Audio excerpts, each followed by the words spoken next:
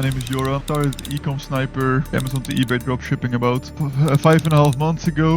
After 3 months, I started becoming pretty profitable with around €100 profit each day, which would be between $3 and $4K each month. But I got suspended recently, so we will discuss that. I don't think it's a coincidence that I got suspended after that item not received, because it's a high value item, no tracking, person say it's not received. I think that instantly raises red flags in eBay system, where they want to have more information about your business, which is what an MC11 is.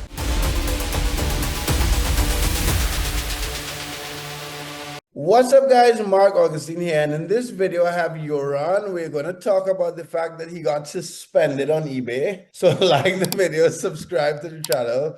If you don't know who I am, I've been dropshipping on eBay since 2011. I've sold on a ton of different platforms. I've had Joran on the channel. He was making $3,000 to $4,000 profit from his account. I made a video yesterday just mentioning briefly that he got suspended, and I said that I will have him on the channel. So here he is. So Joran, you want to introduce yourself really quickly?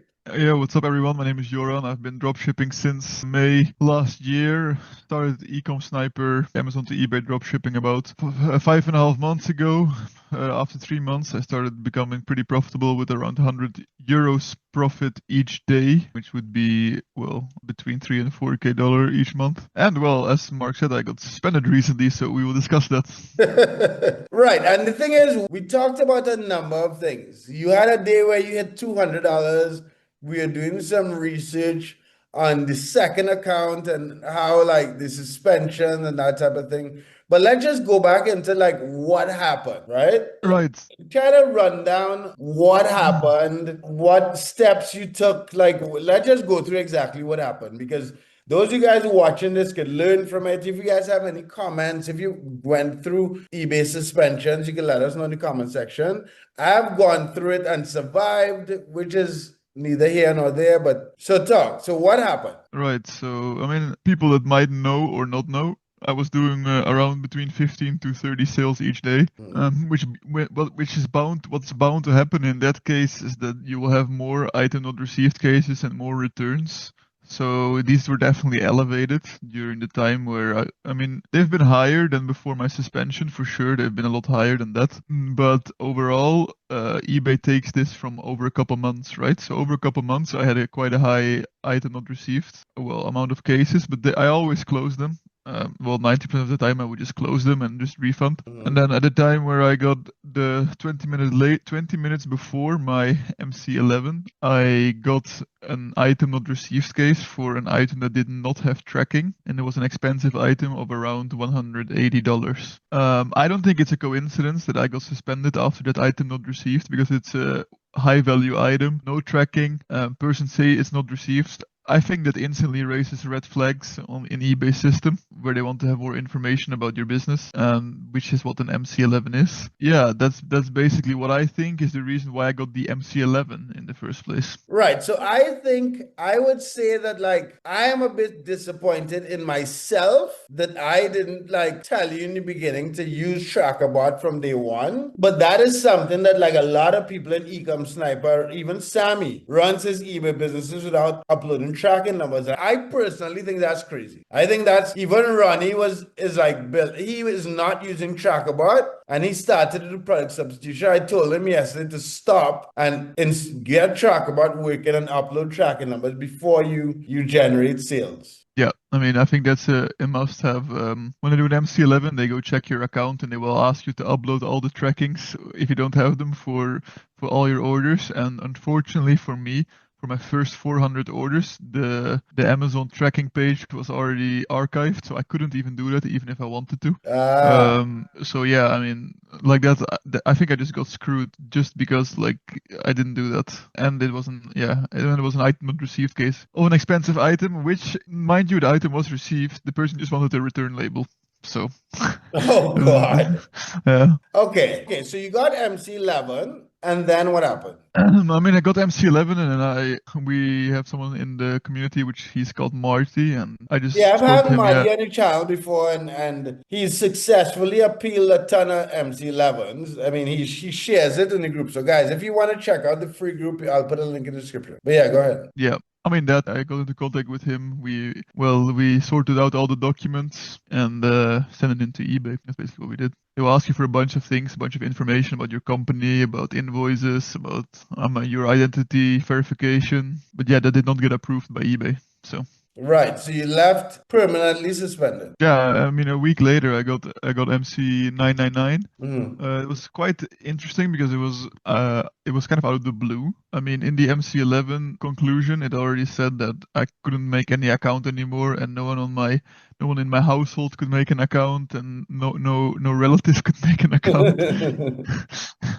So I mean, yeah, that's so I think MC99 was just waiting to happen at that point because that's basically an MC999, right? So Right, right. Okay, so let's get into some of the finances. So how much money was stuck in there when you got to that point? right now, eBay still holds around 3,500 euros. They hold, yeah, that's around 4K dollars, I guess they're holding. Okay, I thought it would have been more, to be honest. And what did this say about, did you request any information about when you would get paid? Yeah, they said that it should be 90 days. That's what they said.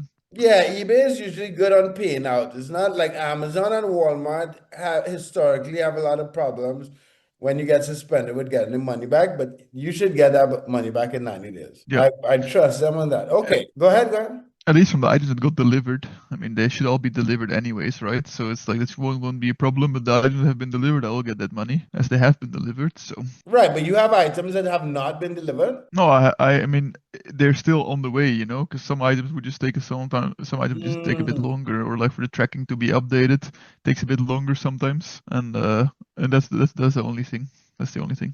okay, okay. I mean, this might be a bit obvious. What was the feeling?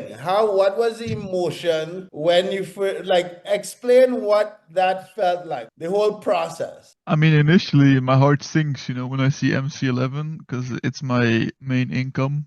It was my only income at the time, Right. and well, it still is. Well, I have none, but in that regard, your heart sinks. And I'm like, okay, well, I got this. What's next? You know, like, what can I do about this? So I was thinking, yeah, okay. I mean, it might take a week to be resolved. I might not have income for a week. That's okay. You know, I know how to run a successful store. I'll just get back momentum. I'll get back. There's no problem.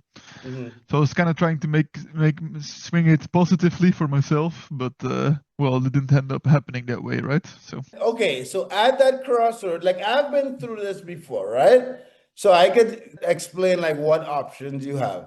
But at that crossroad, what did you decide? So you got a taste of eBay, you made a decent amount of money in a relatively short space of time.